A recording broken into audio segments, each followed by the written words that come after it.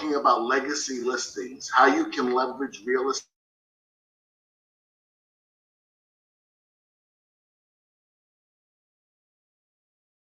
companies that we are partnered with, including my own real estate company, eXp, which was, I think, the first company that Cami really spoke to and said, yes, we want to be part of this, and yes, we think this is a great thing.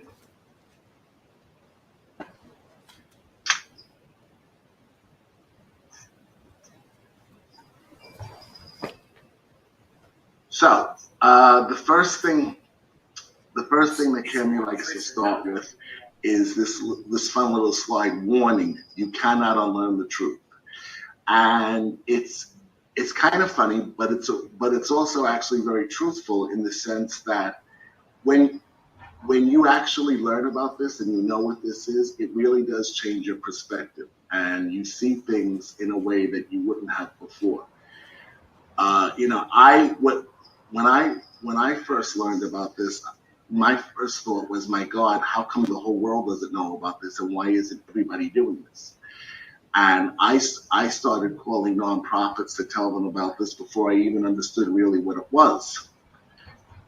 And it's just, it totally changes the way you think. And if you're a real estate agent, it just changes your entire business model. So, as much as we would all like to give her credit for it, Cami Baker did not create charitable real estate. It's not something that she invented. It was actually put into the U.S. tax code in 1917, just a few years before she was born. And the IRS put it into the tax code in order to encourage philanthropy. So, when a property owner gives a piece of real estate, they get two main tax benefits. Number one, they avoid capital gains tax. And number two, they get a deduction against their adjusted gross income. And the interesting thing about that is that the important distinction is it's a deduction based on the appraised value of the property.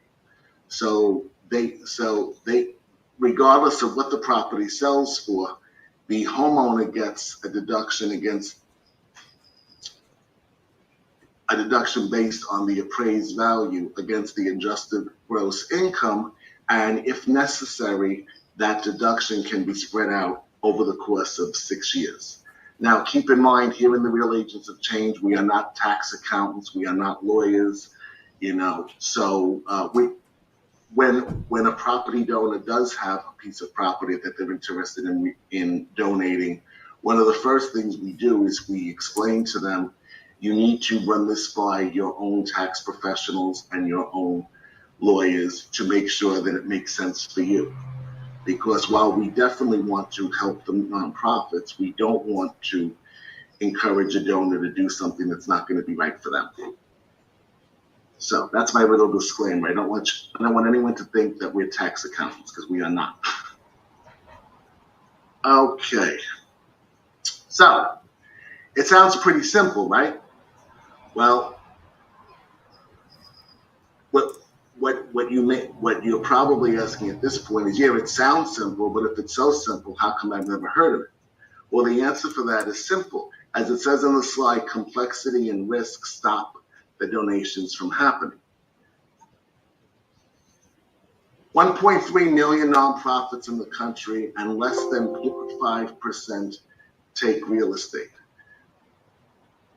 The average donation from a piece of real estate is $500,000. So you're talking about the possibility of a nonprofit receiving $500 in cash versus $500,000. So one would think that it would be the obvious answer as to which one they would want, but it's not actually the case. As a matter of fact, very short story, I was on the phone with a nonprofit that many of us are familiar with here at the Real Agents of Change. I won't say the name. And it was the initial conversation I think that he had with someone from our group. And he said to me, before I heard about you guys and what you do, If you would have offered me a check for $500 or a piece of property worth $500,000, I would take the check for $500 for the simple reason that I know what to do with that. I bring it to the bank and deposit it. He said, I would have no idea what to do with a property that's worth $500,000. And it really raises a very valid point. And part of the reason why nonprofits don't want property is they don't know what to do with it. They're not in the real estate business, they're in the nonprofit world. They're saving the animals, they're helping the veterans or the children or whoever. They don't have any expertise. As I said, they have nothing to do with real estate. They don't have capital.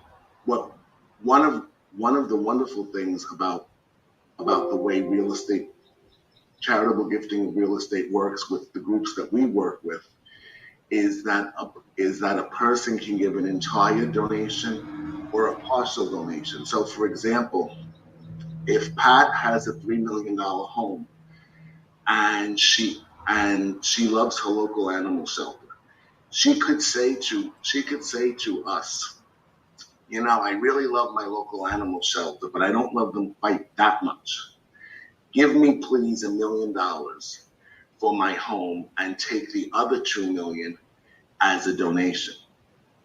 And we can do that. And the specialized nonprofit that we work with can cut a check for $1 million, which Pat receives within 30 days. Most nonprofits don't, or just about all, don't really have the capital to do that. And then of course there's the bad experiences. You have the nonprofit who says, oh, we took a piece of real estate once and there was a problem with the title and it had asbestos and it cost us a fortune and we couldn't get rid of it. We'll never do that again. Or, no, we've never taken real estate, but I know someone who has, and it turned out really bad. Then of course you have the ones who say, well, yeah, we'll take real estate. Welcome to Charitable Real Estate 1. Then we have the nonprofits that will say, yes, we'll accept a piece of real estate if we could actually use the property, or if it's right next door to us, and if it meets certain criteria. And the problem is that by the time they finish evaluating, because they have to bring it before the board and they all have to vote, and if you know anything about nonprofit boards, nothing is done quickly. And they all have to vote on whether or not to accept it, and they have to decide if it's worth it. And by the time they do all that, the donors just lost interest. And you have the ones that say it's too risky. And you'll notice in the third bullet says mission drift. That's what I was alluding to earlier. The nonprofit that wants to help the veterans, they're busy helping veterans. They don't have time to become realtors. They don't have any interest in learning about what they have to do to market a property or interviewing realtors. That's not what they want to do. They want to help the veterans. So having them do anything else takes them away from their purpose. And, hold on.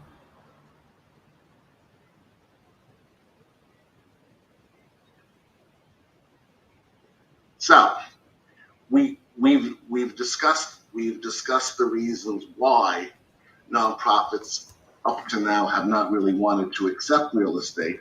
Now let's talk about what they're missing by not doing that. $474 billion a year is funneled into the nonprofit world. And that number is just in this country. So $474 billion a year in the United States goes into the nonprofit world. 90% of that is cash gifts. Unfortunately, only 2.7% of American wealth is in cash. So if you think about wealth as in buckets, there's the cash bucket and there's everything else, the asset bucket. And the cash bucket is only 2.7%. So if you think about it, all of these nonprofits that are looking for donations and are calling up people and saying, we need help, could you donate, they're all going for that same 2.7%, that very small cash bucket. And savvy donors, excuse me, savvy donors, especially donors who are more high net worth and who are more experienced donors, are looking for ways to donate from their assets instead of their cash. They don't want to give out their cash. They want to donate their assets. And unfortunately, if they're calling the nonprofits and asking for that, they're being turned away. And more likely, they're not calling because they don't even know that it's an option.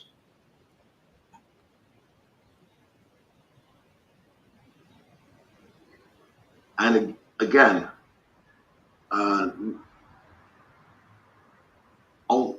excuse me, only 2% comes in from real estate, and yet 43% of all of American wealth is in real estate. Okay, this is all reiterating what we've already said. Let's go on to the next. So, what's the solution? How do we get nonprofits to be able to not miss out on all of this wealth, all of this real estate that could be donated from that 43% of American wealth, and at the same time respect the fact that we don't want them to get off their mission and we don't want them to have risk? Well, that's where the specialized nonprofit comes in. And here at the Real Agents of Change, we have two specialized nonprofits that we work with. And the specialized nonprofit comes in that they accept the title and all the responsibility for the property. So, for example, if Pat has that $3 million property that she wants to donate, whether she wants to do a partial or a full donation, she donates the property to the specialized nonprofit. They accept the title. If anything goes wrong, if there are any repairs, if there's any extra costs, the specialized nonprofit absorbs all of the cost. They take all of the risk. And Pat donates to the specialized nonprofit. They become the seller of the property. They then hire a certified real estate agent who sells the property the same as usual. And when the property is sold, the proceeds go to other nonprofits according to the donor's instruction. So, for example, if Pat, who is the donor that we're using as the example, if she says, I want the entire proceeds to go to my local animal shelter, she signs a donation agreement with Realty with the specialized nonprofit, and in that donation agreement, she specifies which nonprofit that she wants it to go to, and it's signed off on. And when the proceeds of the sale come in, it goes to that nonprofit in her name. And the specialized nonprofit doesn't care where it goes. The only restriction is that the money has to be donated to a 501c3, which is an IRS recognized nonprofit. But as long as they have official IRS designation as a nonprofit, it doesn't matter. It can be a religious group. It can be a secular group. It's entirely according to the donor's wishes.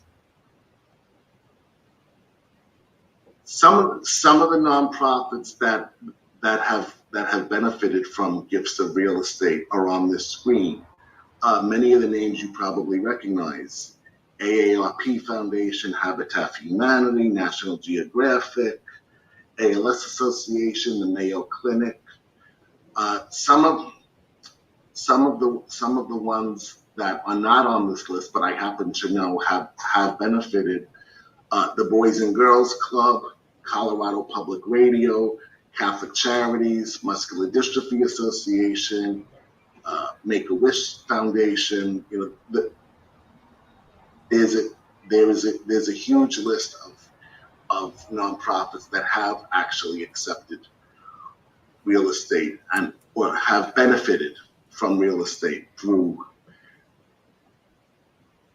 legacy listings. Also, Fidelity Charitable, which is on top, you may know it is the largest nonprofit in the United States. And when they get offers of real estate, they don't handle them directly. They funnel them through specialized nonprofits. And this is the largest nonprofit in the US. And anytime they get requests for donating real estate, they use our specialized groups. Okay, these are some more of the groups that have benefited: Duke University, Columbia, Temple University.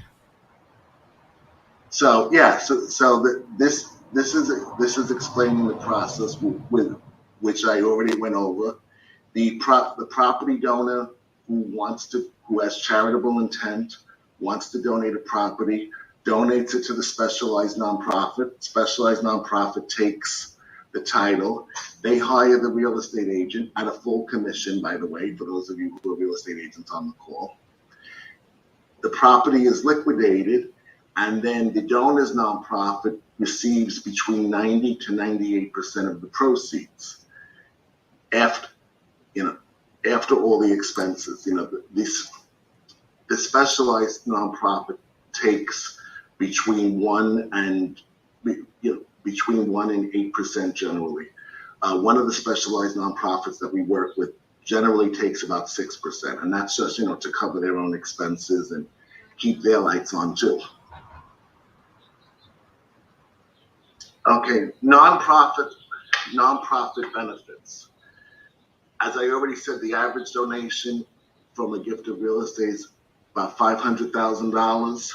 The nonprofit has no risk. The nonprofit never takes title to the property. They don't even have to know the property exists. Nonprofits that accept gifts of non-cash assets, such as real estate, grow their endowment up to 6 times, according to Dr. Russell James of Texas Tech University, who did a study of over 1 million tax returns from 200,000 nonprofits. And it's current donors, people who already donate to a particular cause, will donate 3 to 7 times more if they have the option of donating real estate. As I mentioned before, savvy donors are already looking to donate real estate. We talk about leaving legacy.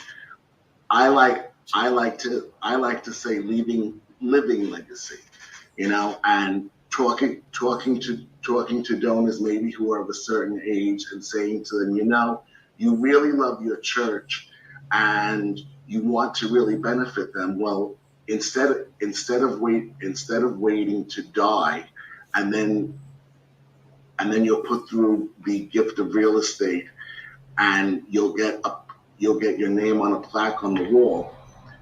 Instead of waiting for that, we can help you get this done right now, so that when the plaque goes on the wall, you'll get to see it.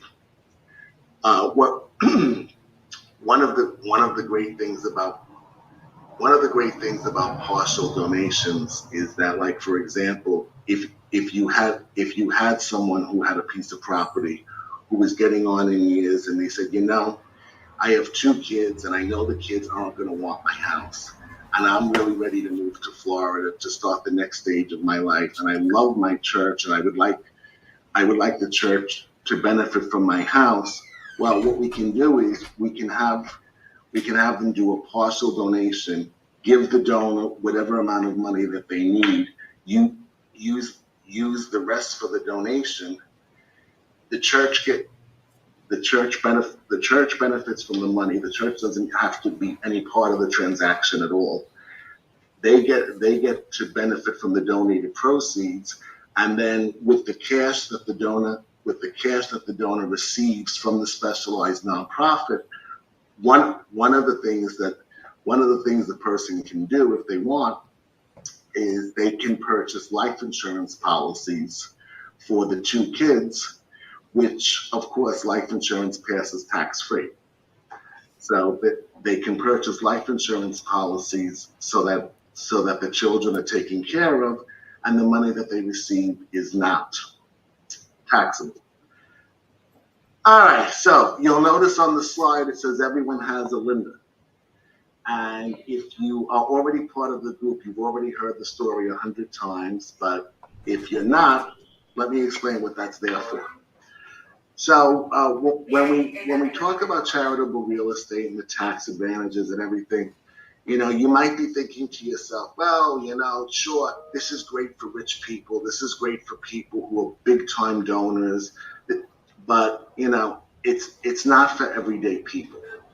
Well, Linda is one of those everyday people. She's an older woman, and she lives out in New Mexico, and she has a particular nonprofit. It's a medical facility that she is a strong supporter of, and for the past 32 years, she's donated $25 a year. So you're talking in 32 years, she's donated $800. But considering that it's been $25 a year, that shows a lot of commitment. Also shows that she's probably not, a multimillionaire. She's probably not someone who, if you were a development director, you would call for really big gifts. But nonetheless, she is faithful. So this particular medical facility in 2020 had all their fundraisers planned for the year. And of course, naturally, COVID happened and they all got canceled. So the development director did the only thing she could think of doing. She picked up the phone and she started calling all the donors, letting them know, hey, we're still here and this and that. And Linda, at some point in the conversation, said to her, I have a ski cabin in Eastern Pennsylvania that I bought many years ago. It's worth $70,000 now. And if I sold it, I'd have to pay it all back in taxes. I don't want to have to go there to deal with it. The property needs work. I don't want to be bothered. If you'll take it off my hands, then you can have that. So the development director thanked Linda for her generous donation and got her in touch with the specialized nonprofit.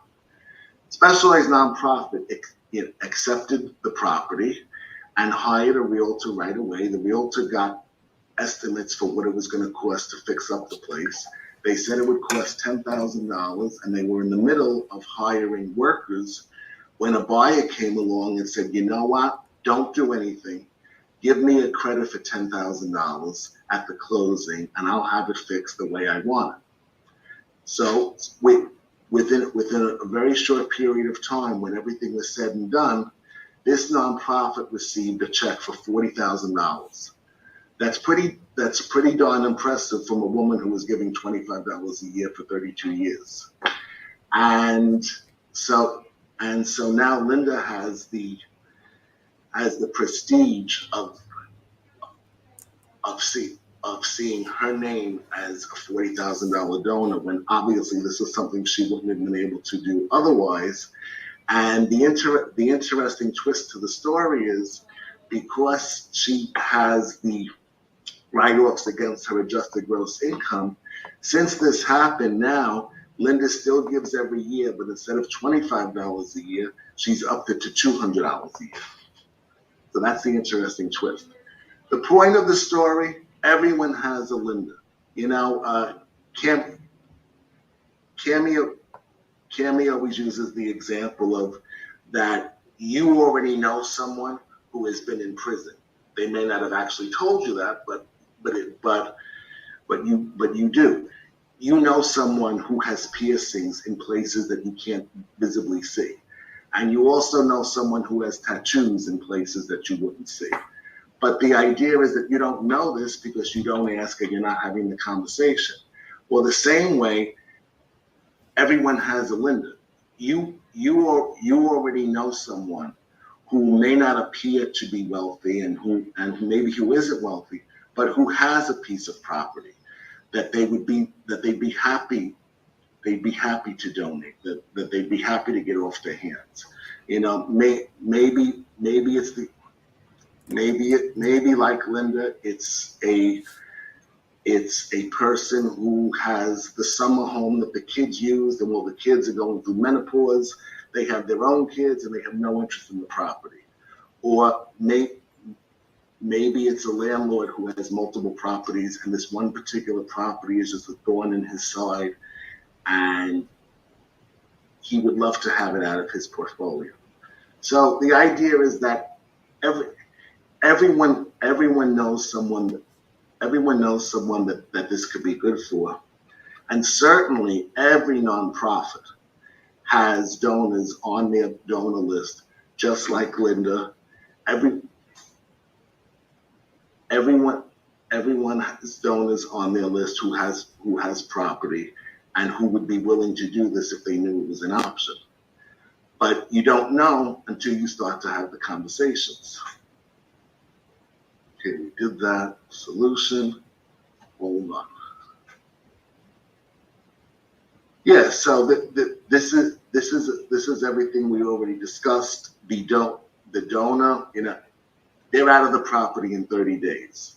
If they want to receive partial cash payment, we call that a bargain sale. That can be done very easily. They give smarter by giving from their wealth bucket and getting the tax write-offs. No capital gains tax or partial capital gains tax if they've gotten some money. And they get to leave legacy. Oh, wait, where were we? Advisor benefits. Now, when we talk about advisors, we're talking about real estate agents. We're talking about financial advisors. You know, 65% of all donations that come in through the Real Agents of Change come in from a financial advisor, from a wealth manager who knows that this is good for their clients.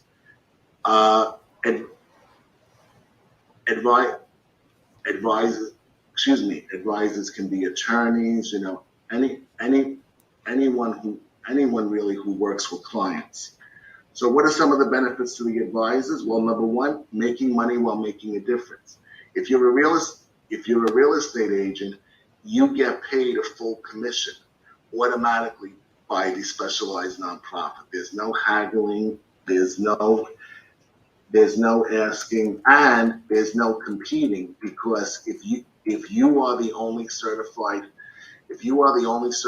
person in your area, like for me, in all of New York City, I'm the only person who's certified. So when something comes in, even if I didn't actually bring in the donor, or even if I didn't make the introduction, I'm getting the listing.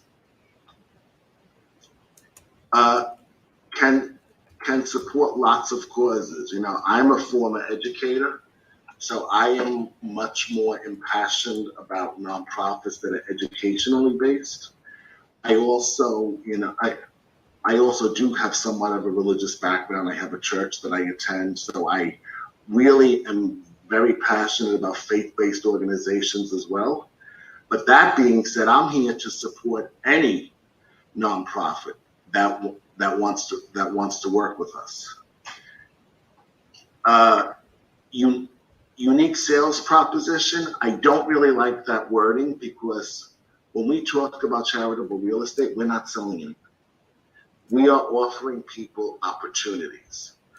But what it does give us is something very unique to talk about. And for, you know, just talking to the real estate agents for a second, You know as well as I do, when you go to networking events, whether it's in a room or on a Zoom, you know that you're one of 8 real estate agents in the room. And come on, we all say the same things in different words, and and it's all blah blah blah blah blah, and yeah, and I do this, and our company has the greatest technology, and we give you the most exposure. Funny how every single company has the best technology. Did you ever notice? What does it mean? It means nothing. However, I guarantee you, when you are a charitable real estate specialist, you are the only person in the room talking about that. And when you start off a conversation and when you say, what do you do? Although if you've read Cammy's book, you know that you never say, what do you do? But so that when you start off a conversation and someone says to you, what do you do? It's a lot different when you say, well, I'm a real estate agent, but what I'm doing is I'm helping nonprofits get funded by the hundreds of thousands of dollars through the gifting of real estate. Oh, wow, what's that? What do you mean? I've never heard of that. Now you're having a real conversation about something that these people don't know about. And now you're the person in the room who stands out. And again, whether it's a room or a Zoom, same thing. High net worth clients. Don't we all want to get in front of them? This is something that we can say. This is something that we can speak of that is actually valuable. It has great value to the potential donor. It certainly has value to the realtor, to the financial advisor, all those people, and it has value to the nonprofit. It's a win-win-win situation. Okay, I want to open this up to any questions from people who are new or the people who have been here around, who have been here for a while. If you want to add anything, or if you want to add on to anything I said, that'd be great. I think you did a wonderful job, Michael. Sorry? I think you did a wonderful job. Oh, thank you. Andy, I noticed you nodding your head in agreement a few times. Anything you want to add to any of this, or what your experience has been being with The Rock? Yeah, I mean, first of all, you're doing fantastic, buddy, and really, you know your stuff, and you're getting that message out really clearly. And I love, I spoke with a tax CPA this morning, and he loved the concept, and he couldn't make it today, but as we talked about some of the benefits to him, that we're engaging communities and giving more value to our clients and his clients and so forth. He loved that. One thing I didn't ask him, and I intend to, because I'm going to put together a team, right? A CPA, advisor, financial advisor, and an attorney. I know that we're, one of the goals as we speak to these CPAs or maybe financial advisors is avoiding the capital gains tax. I know that you're not a CPA or anything, but how much do you know about that? I mean, how much are we really? What's the actual financial benefit to avoiding that tax? Is that what's that look like? Honestly, that as far as I know, that looks different for every person depending on their own specific situation. Mm-hmm. And that's why before we complete a donation agreement, we always say to the donor, please check with your CPA, please check with your lawyer, make sure that this is going to make sense for you.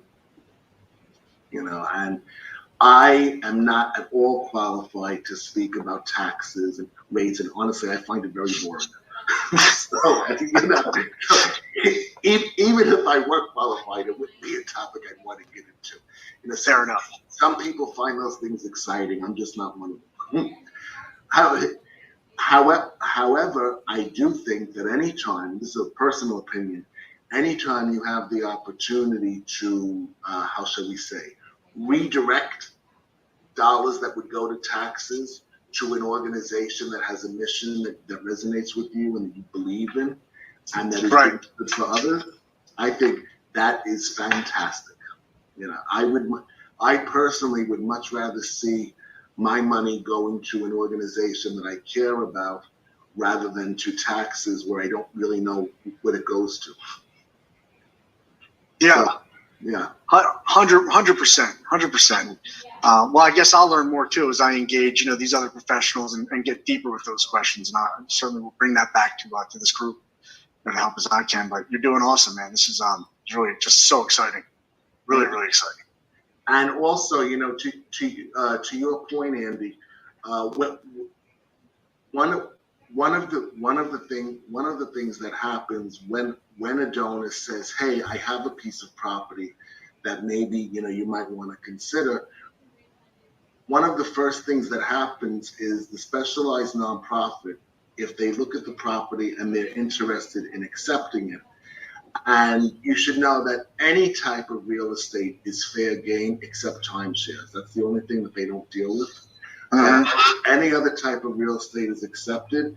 And one of the things that the specialized nonprofit does in the beginning, just to help the donor make an informed decision, is they give them what's called a net sheet, which is basically all those numbers you were talking about. And right.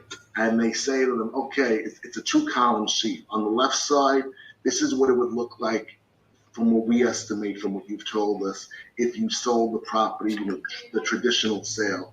And this is what it would look like if you did a donation, whether it's full or partial. And they figure out all those numbers for them because they have accountants and those people who know how to do that stuff.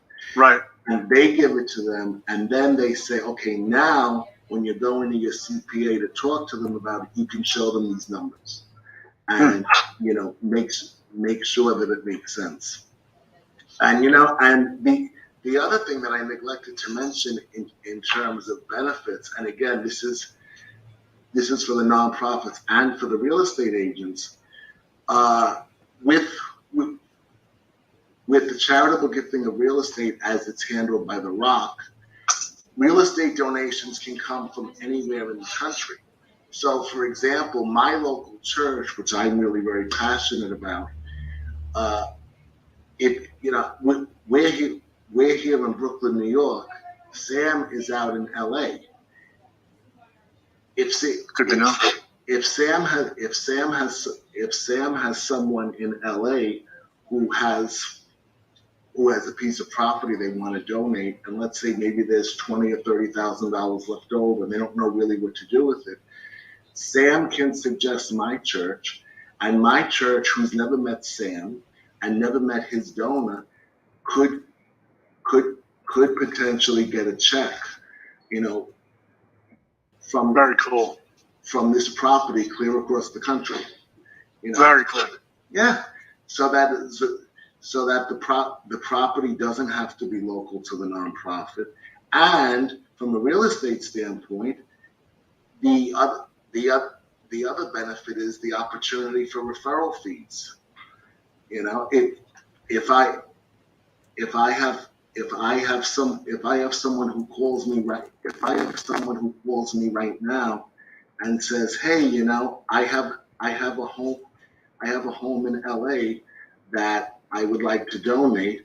Now that I know Sam's in LA, Sam's the person I'm going to call, and then he's going to get a full commission, and I'm going to get a referral fee for the sale, even though I'm not in LA, my license isn't there, but yet I still get paid. So it's a win-win-win for everyone, and our job is to make sure that people really see it and that they. Oh wait, I'm going too far ahead. Either that or I messed up something here. Oh yeah, this is what I'm supposed to do. All right, so we talk about the ROC, or the Real Agents of Change. We are the only organization in the world that provides information, education, and certification on the charitable gifting of real estate. Now, this Cammie did invent. Real estate donations were already happening. The specialized nonprofits were already there. They were already working, but they didn't have a way to promote this to the greater world. That's where the real agents come in. That's where Cammie, our founder, comes in, and Danielle Cummings, our co-founder. That's where they come in, and they are the ones who created this whole media campaign to raise awareness. Because I mean, think about it. If real estate was already being donated, with most of the country, most of the world not even knowing what this was, imagine how much can be donated when everybody knows about it. You know, people don't choose options if they don't know the option is on the table. Yep. If you decide to come play with us, well, one of the benefits that you can get is you go into the national database of charitable real estate specialists, so that if someone is looking for a real estate agent to do a donation or not, just they need a real estate agent in a particular area, they click on your area and your name pops up.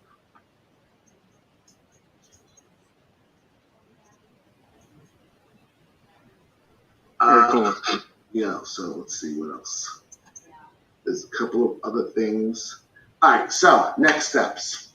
So if you're on here and you were invited someone and you say to yourself, this all sounds real interesting to me right now, but I don't own a property that I can donate, or I don't own a property at all. I'm not part of a nonprofit, and this is really not something that I need in my life at this moment. Then we just say, thanks for coming. But remember what we said in the beginning, you can't unlearn what you know.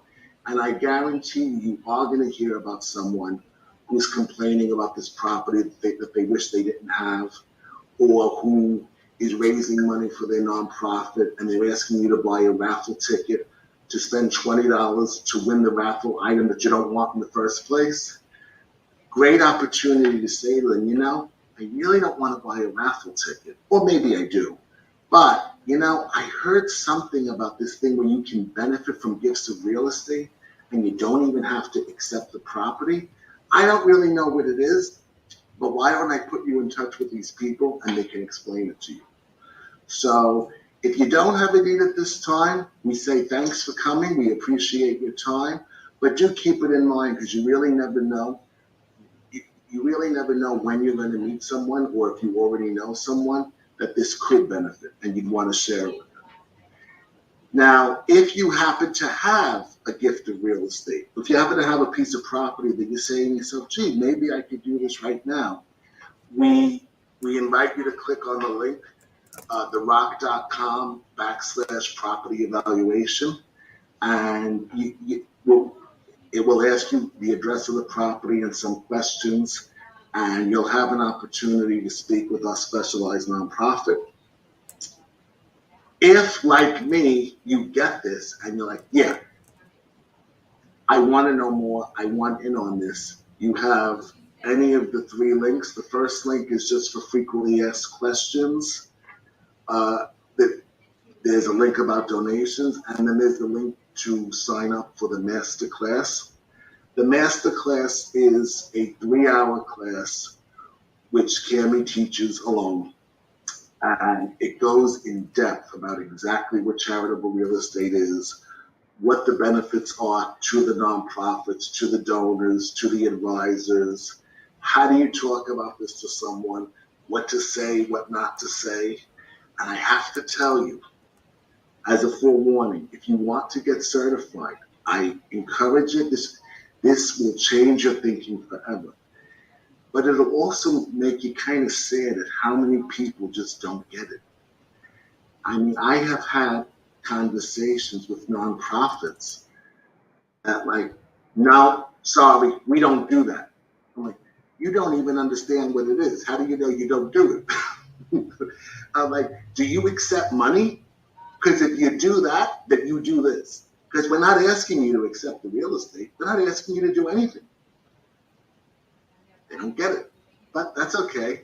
Because guess what? When you become a certified charitable real estate specialist, whether you're a nonprofit, a realtor, whatever your role is, and it's in the newspaper or on Facebook Live or on the local news, that this organization received a check for $550,000 and you were responsible for it, I'll just bet that all those people that didn't get it are going to be banging down your door.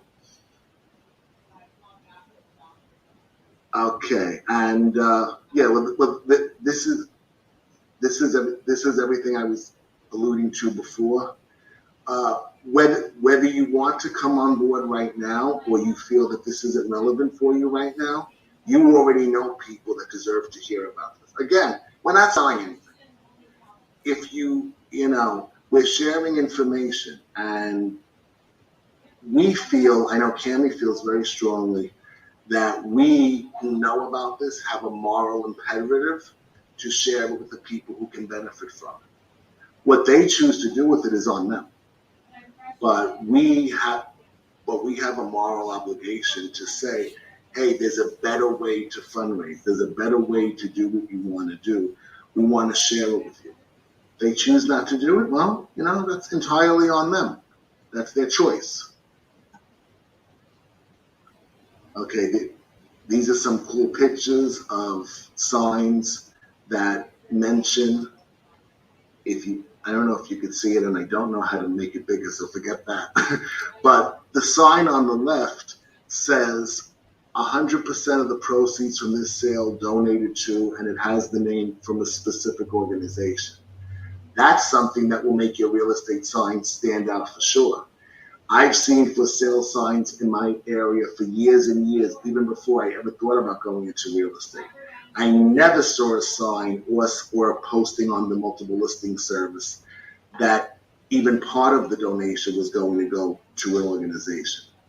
Now, what is very common is for realtors to donate 10% of their commission check to the group that they care about. And I tell them, guess what? Save your money. Save that 10%. You worked hard for it. But instead of donating 10% out of your pocket, you can donate $500,000 from someone else, and it's not out of their pocket. You're going to get them a tax write-off. So you can help your client. And instead of just donating that $100 from the closing, how about $500,000? I don't know. It makes sense to me. I don't understand how some people don't see it, but it makes perfect sense to me.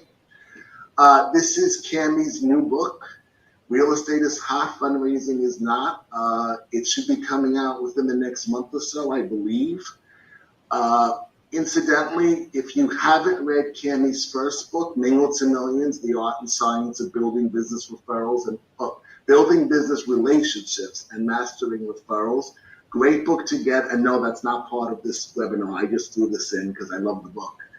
And if you're in the real estate or any other direct sales investing industry, it's a great book to give as a gift to someone who you've met and who you want to do business with. Everybody who reads the book loves it. And it really gives hands-on advice.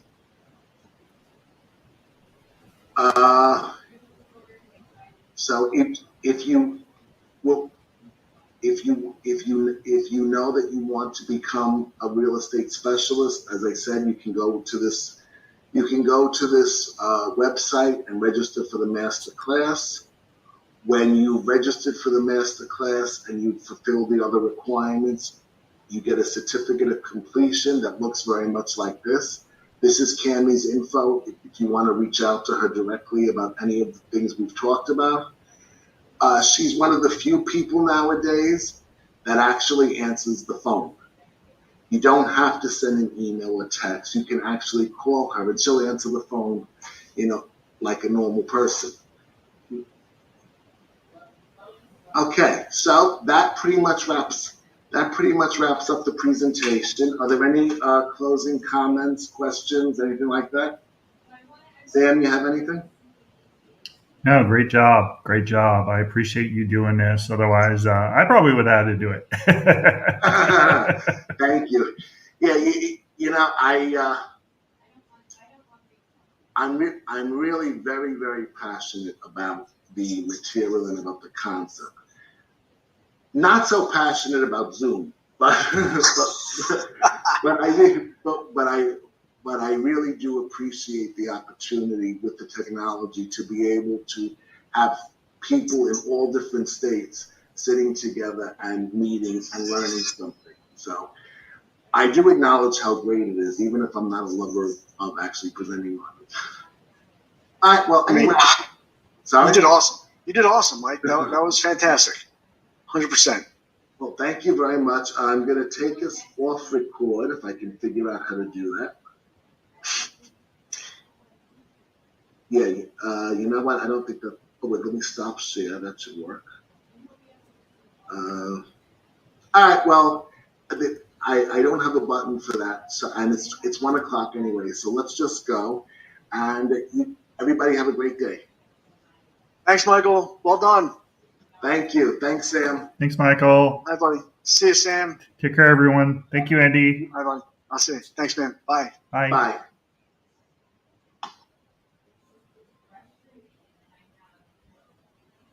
All right.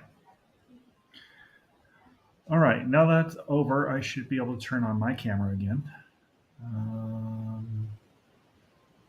There. Okay. So that was the Charitable Gifts of Real Estate 101. Thank you so much for coming. I'm going to end the broadcast. If you have any questions, you can go to my 10K business cards, digital business card. Go to sams10k.com, sams10k.com. And if you